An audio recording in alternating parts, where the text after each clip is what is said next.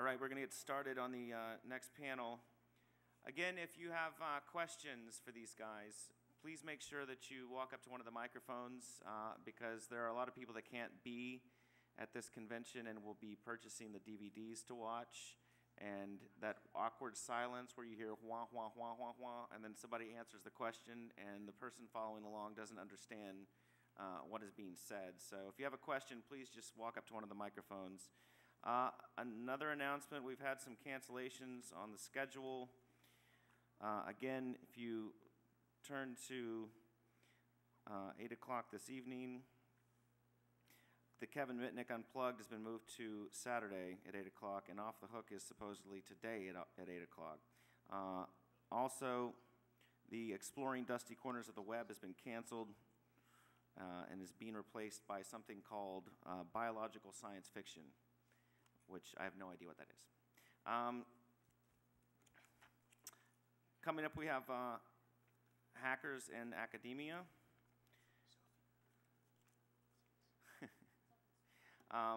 With number 21, number 90, and number 144, which are also known as Javaman in the middle. Or Adam. My name. Matt Blaze, number 90 on the end. And Gus is 144. You guys ready? Yes. Hello.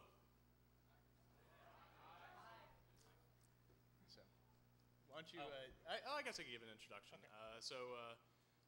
The title of the panel is "Hackers and Academics," and this is couple different. It's about a couple different ruminations on several different things, such as differences in methodologies by which hackers approach problems and academics approach problems, as well as what happens when a computer hacker tries to go and get their PhD or goes through graduate school and formal education, as well as what happens when they go into the university system and educate their students. And I think that's a very quick, brief overview. And we want this to be a very interactive thing with people asking questions, especially anyone who's going through, looking to go into graduate school to study computer security or computer engineering or the like.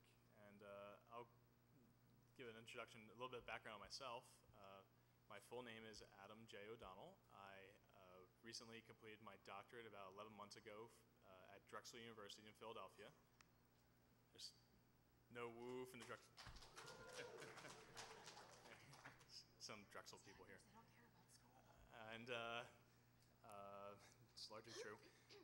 So my work was in officially titled in computer engineering, and the problem I studied was about how diverse software systems interact and how computer networks can be made more secure by having a diversity of software systems. I also have been a member of the hacker community for some time. I'm a member of the Cult of the Dead Cow. So, thank you. Hey, thank you. And also, I've worked in the computer security industry for some time. I worked for a company now owned by VeriSign. There's an industry, believe it or not. It's largely disappeared. It's been bought by. So watch. I worked for a company called Gardent that was bought by VeriSign, and the other places I worked either were bought by Symantec or bought by McAfee, I guess. So nowadays I work for an anti-spam company called CloudMark, based in San Francisco. And so if anyone has a CloudMark safety bar, CloudMark toolbar, and Outlook, you know what this is. Also, it's the commercial extension of Razor, for those of you who run Spam Assassin.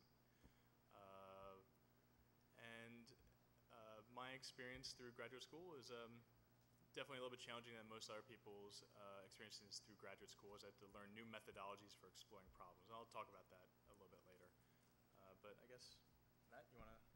Okay. I'm Matt Blaze. I've been a hacker for as long as I can remember. And right now I'm a professor at the University of Pennsylvania. I'm going to just talk a little bit about my own career and what I think the relationship between computer science academia in particular, but I think academia in general, and the hacker mindset is, as I see it, and kind of from my perspective, and how we think that they're very different, but in fact I think they're really exactly the same. And I don't think you had to learn a new methodology. I just think you had to learn new names for things that you already understood, or at least the important ones were just new names for things that you already understood. So I got my PhD a long time ago, or back started it in the 1980s, so in the previous century. And at Princeton University, probably the most stodgy sounding university you're going to come up with in the United States, and was one of a fairly small group of people in the computer science department there who was interested in systems. Princeton at the time that I was there was very heavy on theoretical computer science. I was kind of interested, the joke was, and this didn't make me a lot of friends, a lot of people there were theoretical computer scientists. I wanted to be an actual computer scientist. And the irony is that as I've gone on, I've become actually more theoretical, and all of the theoretical things that I've become interested in have fed back into my kind of hacking interests. So when I finished my degree in '92, I thought, okay, now I have to go and get a job. And as a hacker and former telephone enthusiast, or I guess there's no such thing as a former telephone enthusiast, the obvious place to want to go is Bell Labs. And this is the pinnacle of places for an academic computer scientist, because it had all of the advantages of academia. That is, nobody tells you what to do, and none of the disadvantages of academia. That is, you don't have to teach and you don't have to raise money. There's just this, it was really nice. You'd go in there and there was this giant suitcase full of $100 bills, and you'd take a bunch of them, and you could just buy whatever you wanted.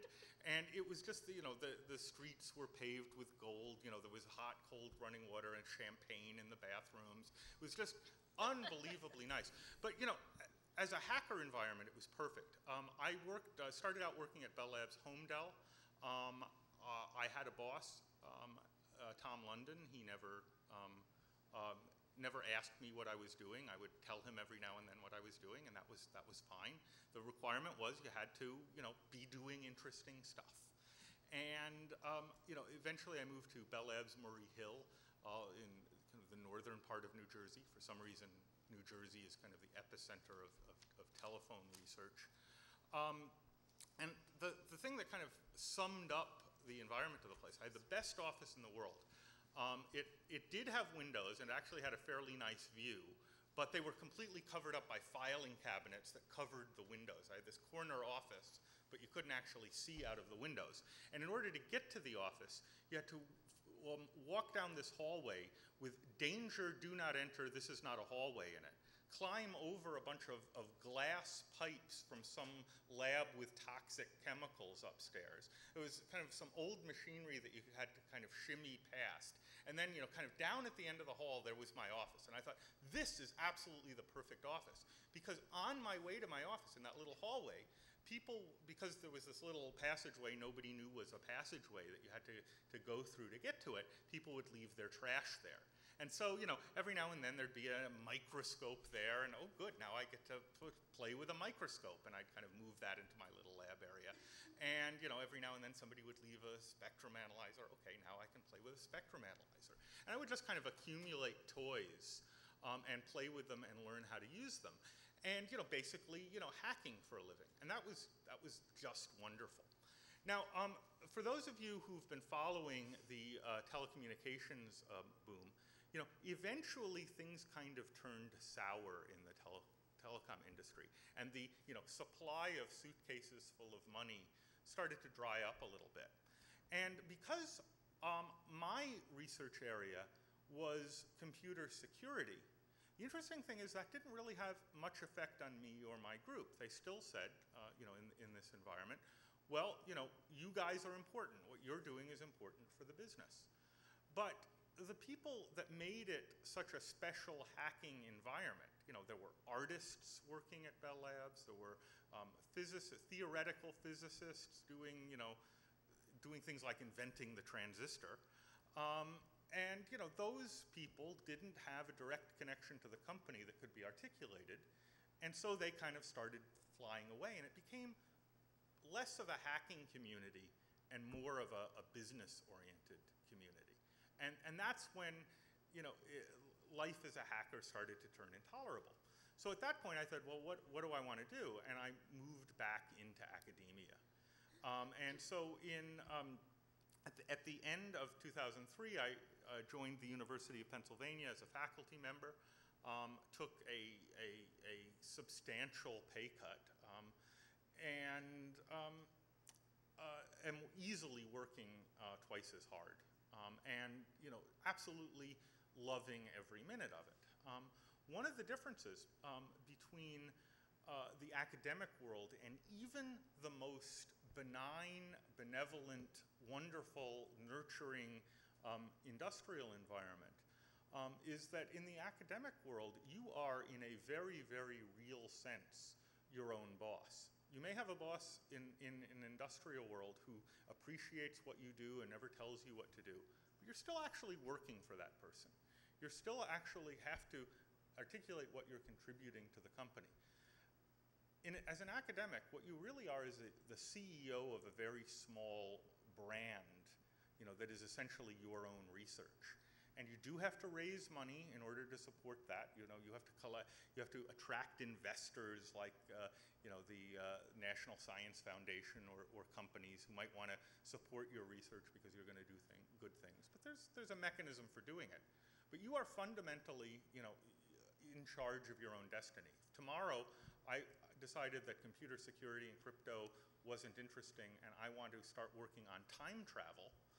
There is nobody whose job would be to stop me from doing such a crazy thing. And that's a very, very real difference that's just perfect for the hacker mindset if you learn the little rules of that game. So right now, one of the things you have to think about as an academic is what are you trying to accomplish? And I've realized that since I don't have kids, that my only hope for immortality is to produce grad students who become professors and produce more grad students who become professors. So one question you have to ask is, well, what kind of grad students are you trying to attract? So I think about the students that I'm working with as being people who want to study hacking. That in a very broad sense, but also in the narrow sense that can be made to fit in the academic environment. Ken Thompson, who, if you don't know who he is, you should know who he is. He's one of the great hackers of the world. He's one of the co-authors of the Unix system. He's also from Bell Labs, although we worked in different departments. In his Turing Award lecture, if you don't know what the Turing Award is, you should. It's the Nobel Prize in computer science, and given by the ACM. He won the Turing Award a while back, and the wonderful thing in his Turing Award lecture is he said that when he fills out his tax return, there's a second question on there right after your name, is occupation. And he writes down programmer. Even though this guy is like, he's not, calling him a programmer is like calling, Da Vinci a painter. It's really understated, but he thinks that's an honorable thing to be. So for the last 10 years, I've been writing down hacker on my tax form. And, I believe that's the most honorable title that somebody in our world can aspire to. And, let me encourage you to do that. Everybody here, next April 15th, put hacker on your tax return. This is my little Alice's Restaurant moment. I want to start a movement here. Anyway, I guess I don't know which way we're... I guess. I just have two additional comments. I also worked for a period of time at Lucent Technologies, which was basically Bell Labs as well. And one of the things I did for the engineers was it was called Technical Trash Day. And basically it had these large bins they put out, and everyone would throw out the technical trash. And the idea would be that a lot of stuff had gold on it, so they want to resalvage the gold. But they had made sure they left those bins out for at least a week. And so about 5 o'clock, 6 o'clock in the afternoon, you'd see, maybe of 50 to 100, engineers, shirt, tie, digging through trash, looking to pick crap out. What's with the shirt and tie thing?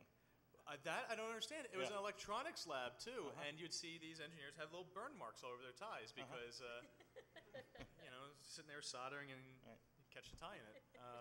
But it was a little bit more formal. This is a Whippany, so it was a little bit more formal of an environment than Murray Hill. What else? I'll shut up. Yeah, so I'll probably I'll comment a little bit more on the graduate school experience for those in a few more minutes. And Gus? Sure. My name is Gus Andrews. I'm a doctoral student at Teachers College at Columbia University. No, I'm not going to be a teacher. We do other things there too. I actually want to start schools, and that is something I'm going to talk about more in a second. This is my third hope, although you'd never guess it by the fact that I brought a PowerPoint to bore you all to death with, so I'll try to keep it pretty lightweight. So I've been in this doctoral program studying communications and education, specifically media literacy and virtual worlds for 3 years now. And the thing that's kind of surprised me is that everything that hackers have said about why school sucks was absolutely correct. And we actually have research that's been done in cognition that will basically back this up. So what I've done is I've taken a bunch of quotes from people who've been defining the term hacker and what hacking is. So we've got stuff from the Jargon File, stuff from Stallman, and stuff from Stephen Levy's book, Hackers. And then I've given you a couple footnotes of things that you can go and read if you want to have fodder for an argument with somebody where you can say, aha, actually no, we shouldn't do this to kids in schools. We shouldn't have to learn this way. If you have a kid who's going through the process yourself now, or if you yourself are going through undergraduate or high school or whatever. So I'll just take it on from there. Mistrust, authority, promote decentralization. This is one of the tenets from Stephen Levy's book, Hackers. One of the big things that we talk about a lot is moving from a model of having the teacher be the sage on the stage who's doing lecturing to having the teacher be the guide on the side. This is basically what we call constructivist education. We're trying to have more education where students get to define their own problems, they get to define their direction, and they're not just being treated as vessels whose minds should be filled, because it's basically not how the human mind works. We all know that. It's just, obviously taking schools a long time to get there. So that's something we've been talking about. There's a time for lecturing, as the Time for Telling article mentions here, but it's not all the time. It's after you've had a moment to, get into a problem and muck around and compare some of its details. Being able to set your own goals and work to challenge yourself really does work. It helps people have more flexible knowledge in the long run. So that's the first point. Always yield to the hands-on imperative.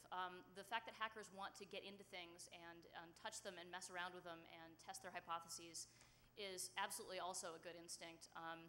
There's a lot of movements in education to move toward case-based education. That's basically like in law schools, you have legal cases. You actually look at past cases that have happened in the past and look at how they worked out, and that's how you become a lawyer. To become a doctor, you look at past medical cases and learn about the symptoms and stuff like that. You actually go and you dissect a human cadaver and things like that. At early stages of education, that should happen too. And there's a lot of us who are trying to get that to happen more in education. But it's not always a great match for some of the stuff that's going on in schools right now. This is how the real world is built. We all know that. And abstractions like basic mathematics being taught with abstract word problems and things like that are really not the best way to learn. I do have a question for you. Is that similar to the IMP program that's popular nowadays? Which one? IMP? Instructional method? Oh, okay. At some high schools, they have something where they break math students off into groups and they discover math. Yeah, and I know when we were mailing, you were sending mail back and forth, you mentioned that, it's sort of having students to some extent go through the discoveries of theorems that have been discovered in the past by, like Archimedes and things like that, is actually a useful process. And like you pointed out, it's also very time consuming, so you can't do it all the time. But there's ways to sort of do what they call scaffolding and sort of help students at the beginning get the things that they wouldn't get on their own and then sort of work them through from there.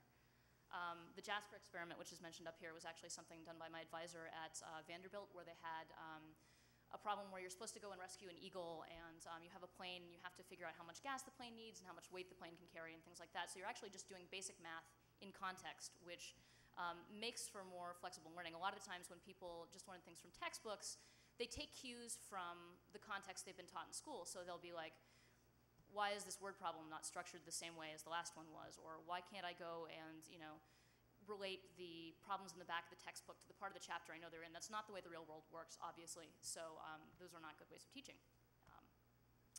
Hackers should be judged by their hacking, not bogus criteria such as degrees, age, race, or position. A lot of the things SAT testing obviously is not the best way to test for the kinds of learning we really need nowadays. Ill-structured problems, things that don't have simple solutions, where you really have to do problem solving rather than just regurgitating the answers you were taught in school. And the other thing that things like SAT tests don't really test well is your tacit knowledge, the stuff that you can't actually explain. Whereas in the hacker community, you can go out, and if somebody says, I don't know how to get past this particular obstacle, you can just do it rather than telling somebody how to do it, and they'll be like, oh, okay, you know how to do that. Whereas in school, a lot of the times we ask people to write it down or to write out their math work, and that just is not a particularly, it doesn't honor different styles of learning where people may be better at actually showing things off than telling about them. Information sharing is a powerful positive good, and it is an ethical duty of hackers to share their expertise. Some of the stuff you were saying about working at Bell Labs actually makes a lot of sense, where you're in this community of artists and of engineers and things like this. You learn from the people around you at your workplace. That's not something we can really do at school. Obviously, teachers are just teachers. They haven't really had an experience to go out and have real practice a lot of the time to really do the things that we do in real life. And that is something people in academia are actually critiquing. It's not, yeah, I know. It takes a while to get people to pay attention to that, but, and certainly teachers get on their high horse about like, oh, well, we're teachers and therefore we must be good. So that also takes some work. Also sort of along the same lines with the Bell Labs thing, isolating students and saying, it's all up to you, you don't get to use a calculator, you must be able to do all this math from your head, you can't refer to things on your computer, you can't use the internet, you can't talk to your peers. That also is not the way the real world works, and as obviously everybody knows. And that's something that's also being critiqued in school, talking about doing more team-based learning and things like that. And the important person to pay attention to here is Lev Vygotsky, who has this idea of the zone of proximal development, which is one of the best ways to teach is to have kids work at the absolute edge, the forward edge of their ability, the best they can do, which schools obviously don't do most of the time, and work with a little help from the teacher. And then once they are sort of, the teacher gives them a couple of models how to do things, gives them a little bit of support, they're able to progress a lot faster than if they were being asked to just, repeat the things that, they're already pretty good at. Hackers enjoy exploring the details of programmable systems and how to stretch their capabilities, as opposed to most users who prefer to only learn the minimum necessary. Again, the zone of proximal development says that you should be working at the edge of somebody's capacity rather than just sort of working in their comfort zone. Also, getting people to reflect, being able, if you sort of do a problem and then you can go back and say, okay, well, I think maybe I should have tried this strategy next time, or here are my hypotheses, and you can go back and test them, and then you can come back and make hypotheses. Those kinds of cycles make for the kind of learning that you will transfer. Transfer is a big issue in schools, like if you learn it in the classroom. I learned all kinds of algebra, which I would never know how to use in context because I didn't have a lot of experience using it in realistic situations. So with all of these things that we know, why don't we have decent schools yet? And obviously, do you really have to ask? Cruft is the big problem. Schools are a bunch of accreted, agglomerated stuff that's added up over years. With bells and standardized grading and things like that, those all come from this idea that students are a product. This is what they call the factory schooling system. People actually did talk in educational theory about how we should have, we should develop students to be better industrial workers, and obviously that's not something that is particularly useful for us with technology that we have today. But that still remains as the system of our schools, and people continue to teach that way just because that's how they were taught, that's what they're comfortable with. So unless you really go in and actively work with teachers in schools of education, it's very hard to get them to break their habits. Nationalism also, we still have a lot of stuff that's sort of left in the education system about like, well, here's what democracy ought to be, you ought to learn history. I hear that they just passed a law in Florida, unfortunately, I don't know, did anybody else hear this, where history is to be taught as fact and not as something that's been written by people in the past with viewpoints. So there's this real trend that we're working against, and the biggest problem is the No Child Left Behind Act. If you care at all about child abuse in the terms of like, telling students that they have to sit down and shut up and not explore their own, their own questions. Fight the No Child Left Behind Act with every tooth and nail, because it's basically causing all teachers to teach to the test, to teach to standardized tests. We're hearing things at conferences, like I was at a literacy conference a little while ago, and a teacher stood up and said, I was in a school a little while ago, and this kid went up to a shelf and picked up a little truck off the shelf and came over to me and said, teacher, remember when we had recess? They're canceling recess. It's not just that they're canceling more math and time in the computer labs. They're actually canceling things that would keep the kids from like running around and being completely nuts all day because they have too much energy. So this is really destroying schools. It's destroying any kind of critical thinking teaching that's going on. I hated recess. You hated? I know. A lot of us did, but then I was pretty lucky because I had a chance to go to the computer lab during that point in time. I used to get my ass kicked during recess. Yeah. Yeah, me too. But you didn't like standardized tests either, though. I didn't like those, but I hated recess more. I'd rather taken a standardized test. Well, this is also the kind of thing where, like, if you have a one-size-fits-all education system, you have teachers who are like, you must go out and play at recess. It's good for you to have your ass kicked because you have to learn about the social order, So the more we can sort of fight the way schools try to turn everybody into the same people. That's absolutely key. Yeah, those guys pump my gas now. I sure as shit know the social order. Exactly. So I've been trying to figure out how to hack schools, and I've been trying to figure out what their vulnerabilities are. There's increasing numbers of people who are heading out to homeschool instead. Some of these people, I think, are doing it in a great way. Other people are trying to do it in order to make sure that their kids are only exposed to fundamentalist Christian ideas. I don't really support that, but I do wonder whether if we could develop more units, if we could develop more spaces that people can use outside of class, what we call third spaces, you can see down at the bottom. Places which are not the home and they're not the school, but they're places where learning can happen, and it's in a non-coercive kind of a way. I'm hoping to find hackers and bring them there. I think actually we've got good models for this already. The way a lot of people learned over IRC and BBSs back in the day, hackers have always taught each other this way. Geeks in general have always taught each other this way, and I'd actually like to find a way to sort of formalize that, not to make it like, okay, we're all gonna have grades, but like to be able to put it on your resume, in a way, because I know there's a lot of hackers out there who didn't get BAs and may find that to be a liability in the job market right now, people who dropped out of high school. Actually, that's another interesting issue. I was reading some articles a while ago about in New York City, there's kids who hate the school system so much that they're like, I'm dropping out of school, but it's not that I'm dropping out to do nothing. I'm going to go to a GED program and get my GED maybe 2 or 3 years in advance, so that they can just get out of schools as fast as they can. And I'd like to be able to support students like that as well, to work with charter schools. The other sort of interesting resource that I can think of offhand, high-tech companies in general, I think, have a lot of resources to put towards it. Obviously, we've got the Bill and Melinda Gates Foundation and Google.org. There's a lot of funding possibly available there. But then Google also has this thing where their employees are allowed for 20% of their time on the job to go and do something pro bono. So a lot of them went down, say, after Hurricane Katrina and helped out down there. I'm hoping to maybe enlist some of them, and then also volunteer hackers in general who would be hanging out in IRC anyway, to maybe help teach in sort of a guide on the side, kind of you're just helping kids out kind of a way.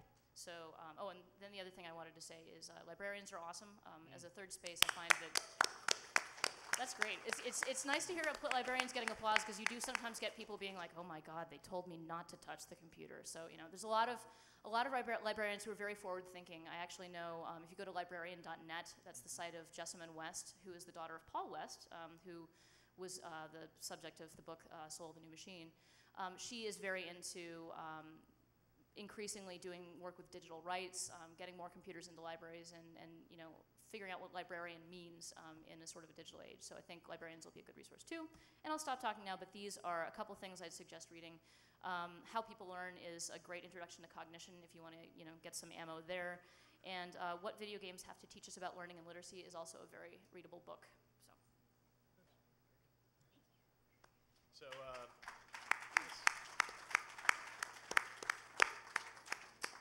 I would like to open up the floor to questions, and also specifically, why don't you ask if there's any things you want us to elaborate on, and I want you to elaborate on epistemologies, because I wasn't really sure what you were going to talk about with that.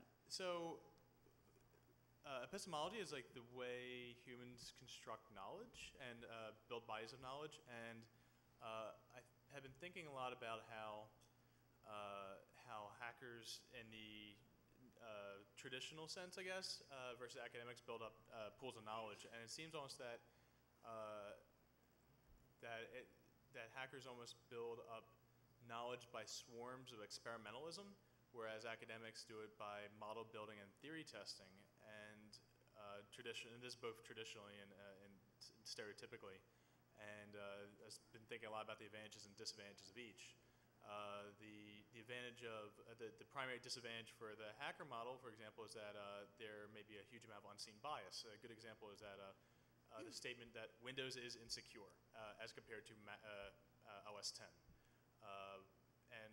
Because all these hackers keep running all these exploits for Windows, but if you get down to the source code and you look at it and you want to sit down and break modern Windows versus modern OS 10, OS 10 is far, far easier to break, and there's far more problems with OS 10. Most of you, I have an OS 10 machine myself, and the reality is that the reason why Windows is easier to break, has been perceived easier to break, is because it's much more economically profitable to invest your time in writing an attack against Windows, because you have more systems you can apply it against, versus OS 10, which is very hard to get a vulnerability propagating. And the primary disadvantage of academics is a lot of times when you construct these models, you have to abstract them to the point that they may no longer be holding a basis in reality, and when you go to apply them, they may not be descriptive of anything in the world anymore. A good example of this is financial market modeling, and how people, what's it called? The Black-Scholes Equation is a very good example. It is how people came up with methods of option pricing. And it was based upon a market model where over the short term, the market moved in what's called a normal distribution. And this is an abstraction, when in reality it forms what's called a heavy tail distribution. What ends up happening in reality? Well, a couple guys used this model, they made 30% return on investments, and then 1 year they almost crashed the world stock markets. All of them. They almost all shut down because they used a model that was too heavily leveraged, and they had too much faith in it. And in reality, the model did not accurately track what happened in the real world, and things almost broke very bad. Both those, I'm kind of interested in how both those methodologies kind of can intermesh at times, and how they both work together and don't work together, and how knowledge is reached through both. It's just an abstract thought that's been kicking around the back of my head for some time. So I think we have our first question. You, sir. Also, for the best questions, we're going to vote on them. They get a donut. They've been around since the last panel. We can't guarantee their freshness. Actually, have a couple of things. Real quick, your discussion about different epistemologies. I think that academia has a truth-based epistemology in the sense that they have statements that they evaluate as true or false. And the hacker is more of a process/utilitarian idea of building knowledge, and for instance, your critique of the Windows is easier to hack is truth-based, because technically a person, you put them in a place, hack Windows. It will be easier for them to hack Windows than to hack OS X. It doesn't mean that the code, it's two different statements. Saying that the Windows code is equally insecure, or Mac OS X code is more insecure. It's a different statement than saying it's easy to hack. It's just, again, truth-based epistemology versus process/utilitarian based. Right, and I largely agree with that. While it's not, it was much more nuanced than that, I think that is largely true. And mostly not because of necessarily the way these people are trained, but also it's what is expected out of them largely by people who fund them, and their peers that taught them when they went to university and the like. Yeah, although let me just say one thing in kind of defense of academia. I think in our modern society, pretty much the only people who are supported by society whose job is quite specifically to be as subversive as possible are academics, right? This is kind of, if you want the job description of an academic, it is to be disruptive, to change things, to undermine, our existing thoughts. So, that you have to kind of temper very structured model for what constitutes, an acceptable increment in academia, and it certainly is tedious. But on the other hand, the flip side of that is, disruptive is the ultimate success, which is, I think, a very hacker But that's friendly.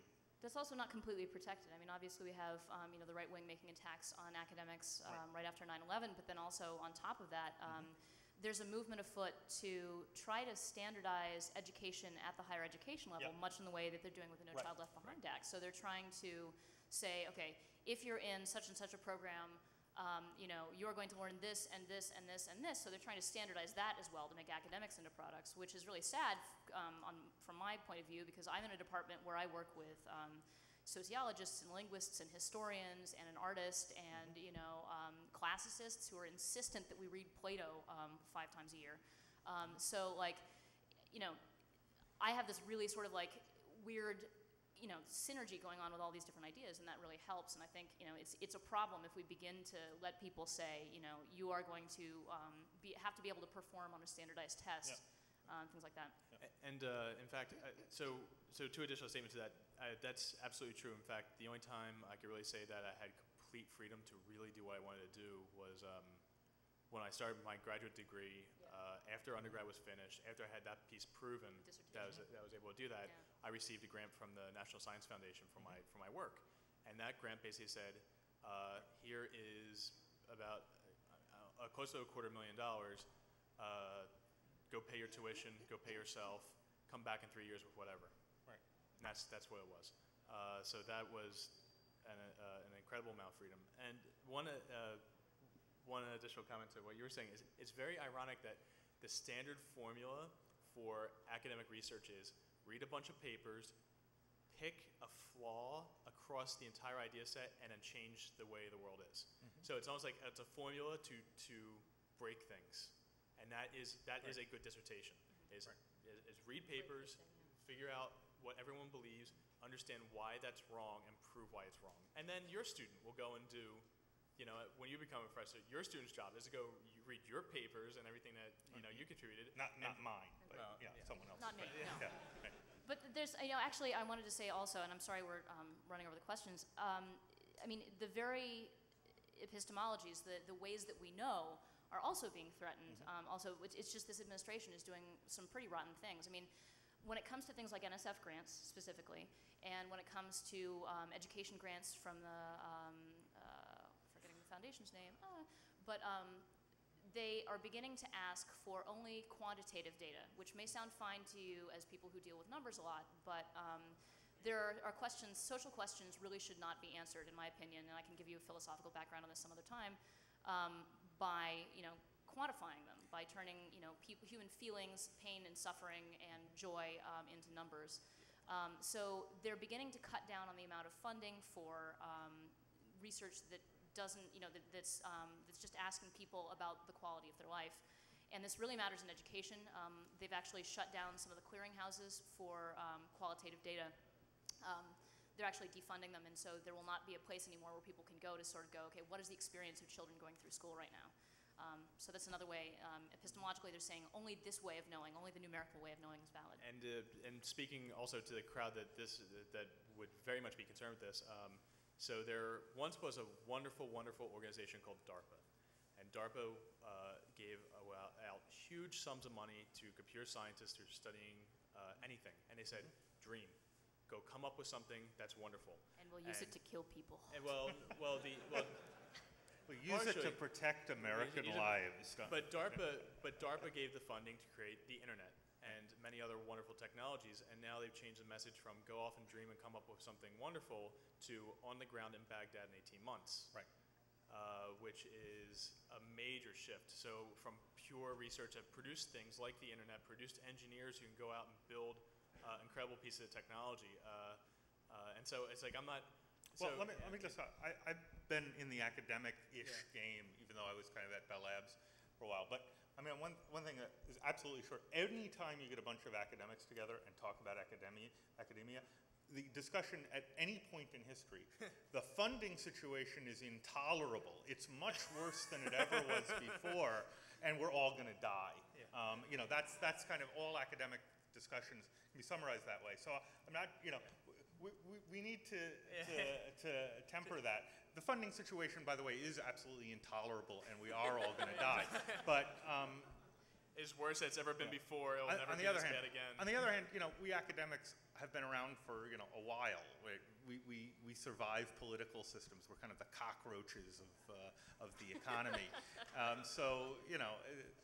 And in reality, it's more true than you believe, because it eats week-old donuts and ramen noodles. Yeah. By the way, we have donuts. Yeah. If anyone wants some. So we have donuts. Not a question, just information. I heard a article on NPR last week that Scottish University, the Abertay Dundee, will be offering an undergraduate course in ethical hacking and countermeasures, where they teach students how to use hacker tools in order to secure their own networks. I love that they call it ethical hacking. That's cool. Yeah, you got me. I generally take a lot of the undergraduate things to be a gimmick, mostly because I know that people don't like the idea of learning the fundamentals sometime, but if you know assembly language, you'll be able to break systems far better than from now to any time in the future than if you learn what the current set of hacker tools is. They require a background check. Yeah, that's really that's a gimmick to get undergraduate, you know, Make it reputation. More. So I'm not all that convinced that DARPA is necessarily doing the funding for 18 months from Speak now. up, please. I'm not all that convinced that DARPA is just doing the 18 months from now funding. I think they also have a lot of programs for 5 years off, 10 years off, and all sorts of things like that. But that was just from like recently reviewing the webpage with solicitations. In any case, back to my actual question. Well, actually, let me just speak to that real. Okay. I want to just get to one of my pet peeves. One of the big problems is if you look at the DARPA budget, it used to be about 50-50, and that might not be exactly the right number, but classified and unclassified programs. The academics, you know, are kind of limited to the unclassified programs because academia is inherently open. That's basis for the scientific method, really important. Never get a security clearance. You know, that is the surest form of selling your soul out. DARPA funding has been shifting more and more into these classified programs that the open community can't be in. So a lot of those forward-looking ones are in programs that the open academic community is excluded from. Do you have a new percentage? Because you just said 50-50. That's about right. Put it this way, the classified budget's classified. But I mean, DARPA is very heavily oriented toward classified programs right now. So we're kind of cut out of those. But anyway, sorry. All right. So my question, I guess, comes to these new sorts of schools that you kind of are considering opening.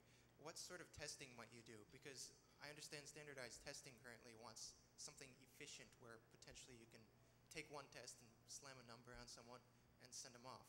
So with like a different sort of school, you'd need a different sort of testing system, right? So yeah, are you saying what kind of testing should we do instead? Yeah, I'm just One of the asking things that for seems to work because it's portable and it really provides examples is portfolios. Like you do projects and then you have documents that you can carry around with you. It actually happens a lot now, and I'm pointing to my friend who's teaching over at Montclair State.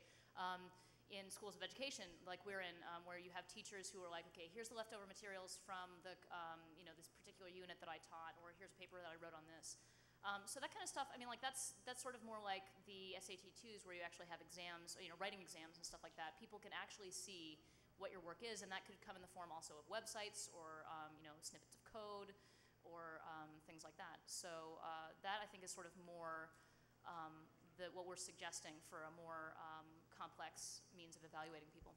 And at the graduate school level, that really is what you have. Right. You have a very much a one-on-one experience with your advisor. You have a articles. you have CV. You're responsible for producing articles. You're responsible for giving talks. Right. No one looks at your grades. No. Yeah. No one. Yeah. No one cares about that. Yeah. My question's also about the No Child Left Behind Act. Yeah. I'm wondering, so I see the No Child Left Behind Act as sort of risk management done by the government on schools, because in a world where there are no tests, there are certain risks. It comes at in my opinion, a higher cost than is worth it in the terms of quality of education. But I'm wondering what you think are the risks of I guess particularly leaving children behind. Well, that's what the it's act a is bad really name. doing that anyway, yeah. But what do you think would happen if we decided to maybe abandon, or not entirely abandon, but let schools be less structured? And what risks do you think the government is trying to prevent that maybe are valid or invalid risks? Well, if you produce students who aren't just quantifiable products, honestly, there is kind of a mismatch with the rest of the economy as a whole, because everything else is a commodity. Ultimately, it can be standardized. It can, a McDonald's hamburger is the same wherever you go. There are ISO 9000 standards for all kinds of different things, so it's the same kind of thing. It's to make it so students can go very far away and do work, and people say, this is who you are. But honestly, you can't standardize people, and so ultimately that's not really working anyway. Like my grades, when I went, 3,000 miles away to college, who knows? Who knew who I was? Like they thought they knew, but I don't know. It's up to you. I think it's up to each of us to decide whether we think that people can actually be judged that way. Yeah, so I think the risk is that you end up with a great deal more unknowns, basically, as you said. And I don't know if that's a suitable response, or whether you want to hear more, but that's ultimately what you're risking, is having mismatches. And the sad thing is a lot of these things would not be necessary if we had this is really preaching to the choir, but if we had a culture of learning in our society, which we really don't. We have a culture of work. Yeah. But if we had I was raised in a household where my father was going to school while being a teacher, and my mother was a substitute teacher. So if there's I guess if a family industry, it's education. My entertainment was going to the library, and there was definitely a very strong culture of wanting to learn and wanting to read and wanting to do things, and so that's an interesting point. One of the big things, and speaking of mismatches, there will always be mismatches on the other end too. If you continue with standardized testing, what you get is kids who do not come from academic households, especially from poor working class households, who are sort of like, what is this school thing? It's nothing like what I do at home. When I'm at home, there's been some work done on African American communities and how the way parents ask questions to kids is very different. For example, parents will ask kids in African American communities when they really want to know an answer and they don't know the answer to it. Whereas in schools, generally we ask questions that we already know the answers to. And so we're asking students, but students don't quite, sometimes African American students are seen as surly by teachers, and this is the research that's been done, because they're like, you obviously know the answer to that question, why are you asking me? So there's these mismatches in how we ask questions, there's mismatches in how we know, and so when you have a standardized system that middle class and upper middle class students are really good at doing, if they have models at home for it, like their parents read the paper, their parents ask certain kinds of questions, then you end up leaving behind the kids who are not born into that culture. And I think probably a lot of us were born into that culture, so that's just something you have to consider. That's the other side of the equation. And really, it doesn't, while it is strongly correlated with economics, it doesn't have to be. We were poor and working class, actually. Yeah, it was just that at some point, my family made the decision that they're not going to be working in box factories all their life, pretty much. And so that's really what the issue is. When you have kids, or if you have kids, if you want them to want to learn, you have to learn in front of them. You have to be people that are interested in learning. You have to be people that ask questions why things are the way they are. And it doesn't matter if it's technology or whatever. It just have to be an inquisitive mind and wanting to break it down and say, why is this the way it is? And if your children, just like children will learn from their parents to smoke, children will learn from their parents to be inquisitive and to want to learn. Thanks. So while we're talking about all this, how bad tests are and stuff and how we can get rid of them, I went to a school through kindergarten through 8th grade where we didn't have grades, we didn't have tests. And we had parent-teacher conferences and a portfolio sort of thing where we wrote down everything we learned in a pretty cool book, and eventually we even bound our own books. And I think it was really effective, and given the non-government funded, mandated structure, we were able to walk to the library and just hang out. And I thought it was wonderful, and I think that sort of system really can work. Yeah. Cool. And that works very well for many people or many self-motivated students. I think that's a big part of it. Yeah. Is sometimes that's,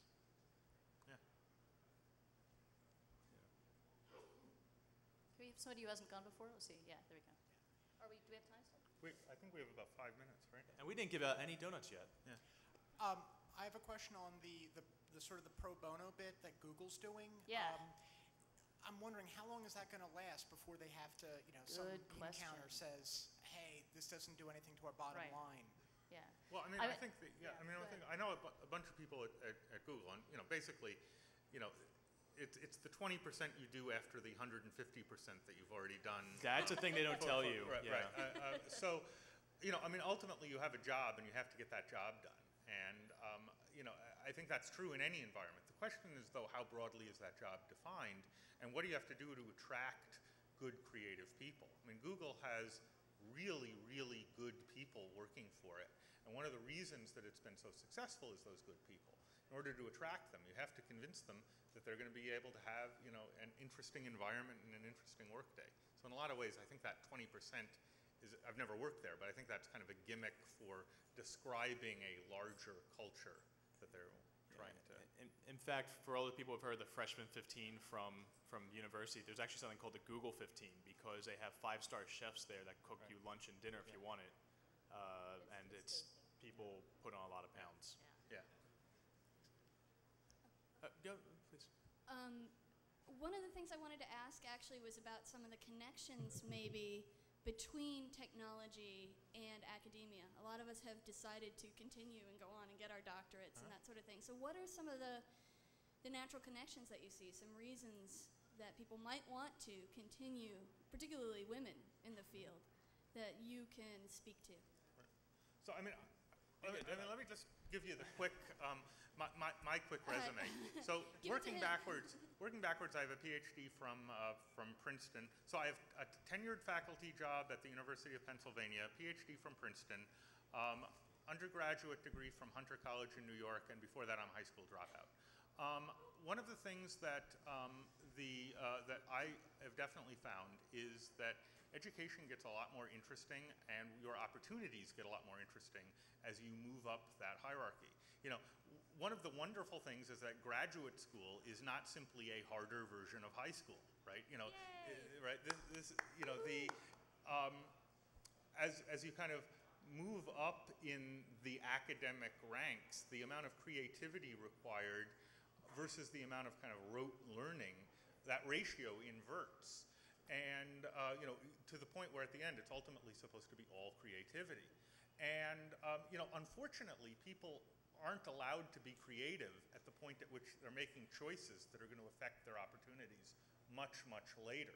And I think the reason that I got a PhD, frankly, is because by the time I had gotten into the academic groove, this was just the path of least resistance. This was the only way I was going to have the kind of autonomy in my life to be able to have the kind of life I want. And I think you get a more interesting job at the end of it.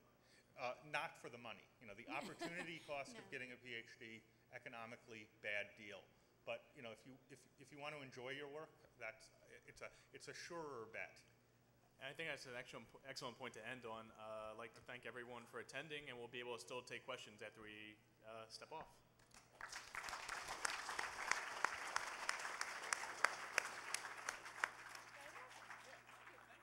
Coming up next in 5 minutes is how to steal someone's implanted RFID.